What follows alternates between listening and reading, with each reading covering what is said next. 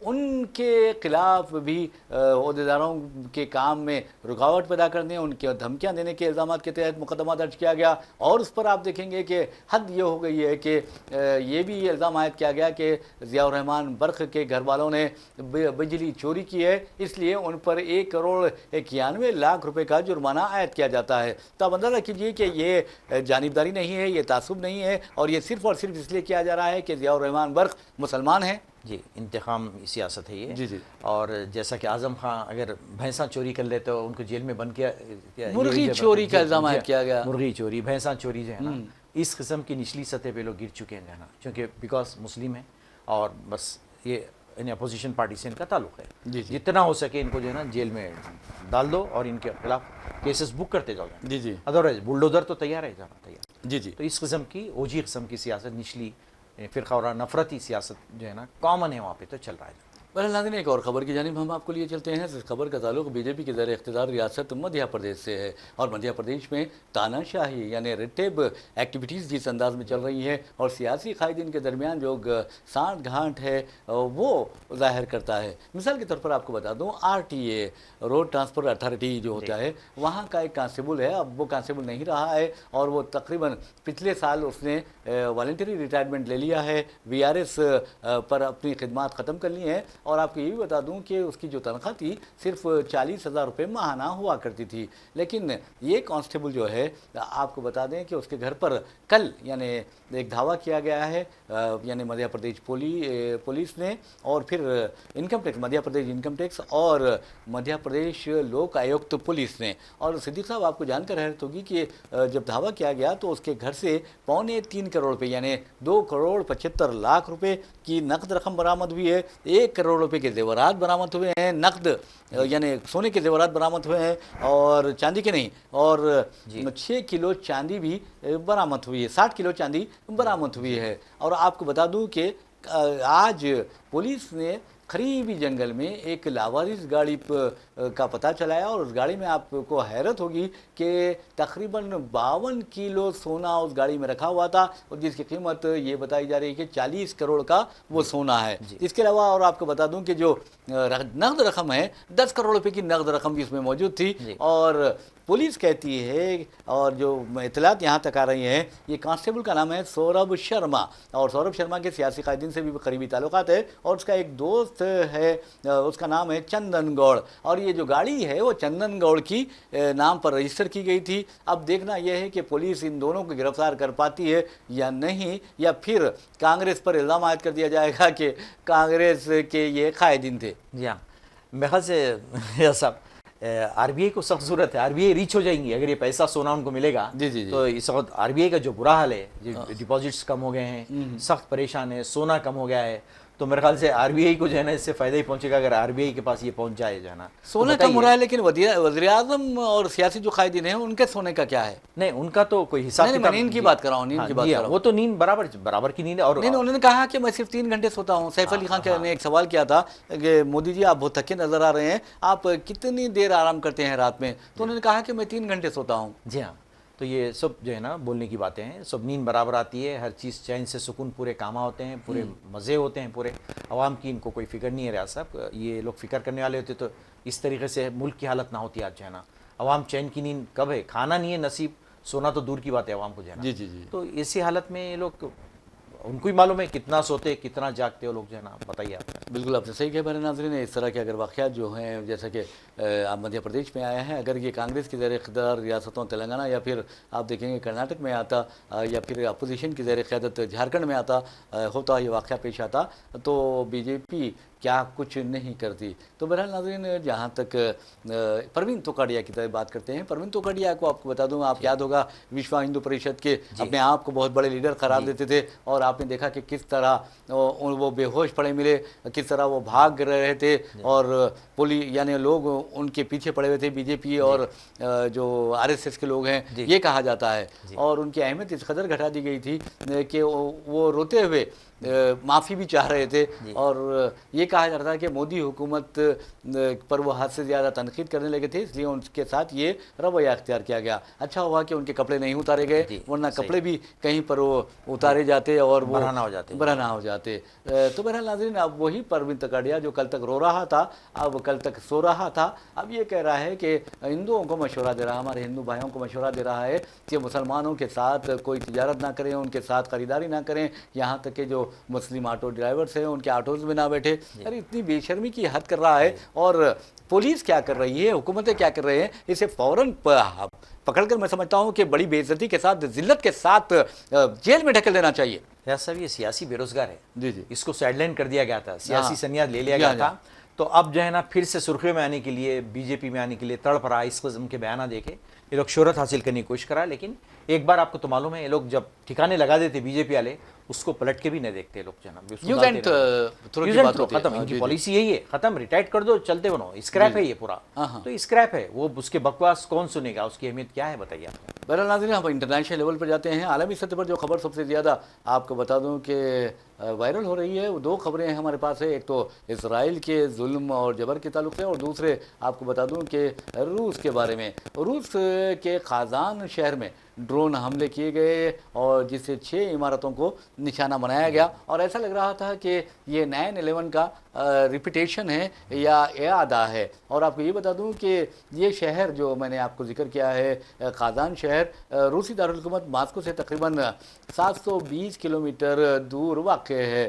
تو بہرحال اس میں یہ بھی کہا جا رہا ہے کہ جملہ 8 ڈرونز استعمال کیے گئے اور روسی فوج نے ایک ڈرون کو ناکارہ کر دیا، اور یہ بھی کہا جا رہا ہے کہ روس میں یوکرین کے خلاف شمالی کوریا کی فوج بھی حصہ لے رہی ہے۔ جی ہاں، بالکل سننے میں آ رہا ہے یہ بات ہے کہ وہ بھی حصہ لے رہی ہے، لیکن اب یہ ایریا پورا جو ہے نا وولٹائل ایریا ہم کہہ سکتے ہیں، مجہول، بالکل مجہول ایریا، کیونکہ اب یوکرین کا جو معاملہ ہے جو چل رہا ہے، تو اتنی بے چینی، اتنا انریسٹ وہاں پہ پایا جاتا ہے کہ وہاں پہ انہیں غیر یقینی صورتحال ہے، کبھی بھی کچھ بھی وہاں پہ ہو سکتا ہے۔ جی جی جی، تو آپ نے بالکل صحیح کہا۔ بہرحال ناظرین، جہاں تک میں نے فلسطین کی بات کی ہے تو فلسطین کے بارے میں آپ کو بتانا ضروری ہے کہ وہاں پر کس طرح کے حالات پیدا کیے جا رہے ہیں۔ ویسے بھی آپ کو بتا دوں کہ 14 ماہ ہو چکے ہیں اور 7 اکتوبر 2023 کو اسرائیل فلسطینی جنگ کا آغاز ہوا تھا، اور اب تک سرکاری اعداد و شمار کے مطابق، یعنی میڈیکل جو ڈپارٹمنٹ ہے فلسطین کا، اس کے مطابق 45,227 فلسطینیوں نے جام شہادت نوش کیا، جس میں سے 70% بچے اور خواتین ہیں۔ اسی طرح 1,07,573 جو ہیں وہ زخمی ہوئے ہیں، جس میں یہ کہا جاتا ہے کہ 50% سے زائد زخمی مستقل طور پر معذور ہو چکے ہیں۔ اور ایک خبر یہ آ رہی ہے کہ غزہ میں اسرائیل کے فضائی حملے کے نتیجے میں 12 افراد، ایک ہی خاندان کے 12 افراد شہید ہوئے ہیں، جن میں ایک ہی خاندان کے 8 افراد جو ہیں، جن میں 8 بچے شامل ہیں۔ اور اس سلسلے میں پوپ فرانسس کا ایک بیان آیا ہے، اور انہوں نے کہا ہے کہ یہ جنگ نہیں ہے بلکہ ظلم و جبر ہے جو اسرائیل ڈھا رہا ہے، اور ان کے کو اس واقعے سے دلی صدمہ پہنچا ہے۔ یہ ہونا بھی چاہیے، اگر دلی صدمہ نہیں پہنچے گا تو میں سمجھتا ہوں کہ انسان کہاں رہے گا کوئی بھی۔ ریاض صاحب، یہ صدمے کب تک پہنچتے رہیں گے، ان کو کب تک کنڈمنیشن جاری رہے گا، کب تک آخر حرکت میں آ کے انٹرنیشنل جو لابی ہے، انٹرنیشنل جو بھی آرگنائزیشن ہے، کب آ کے لوگ حرکت میں آئیں گے، رکائیں گے اس کو جانا؟ جی جی، مسئلہ یہ ہے، دیکھیے بیان بازی تو سب کرتے ہیں، ہر ایک کو صدمہ ہوتا ہے، تکلیف ہوتی ہے، وہ ہوتی ہے، یہ ہوتی ہے، خالی بیان بازی کے حد تک کیا رکنے والے ہیں؟ مجھے تو تکلیف ہو رہی ہے ان کی بیان بازی سے، بالکل جو ہے نا، یہ بڑی مشکل سے زبان کھولتے ہیں، کھولتے ہوئے تو بڑے سافٹ الفاظ میں انہوں باتیں کرتے ہیں۔ ارے شرم کی بات ہے۔ آپ دیکھیں گے سویڈن جو ہے، بعض آپ دیکھیں گے کہ سویڈن، اسرائیل نے پابندی عائد کر دی UNWRA پہ،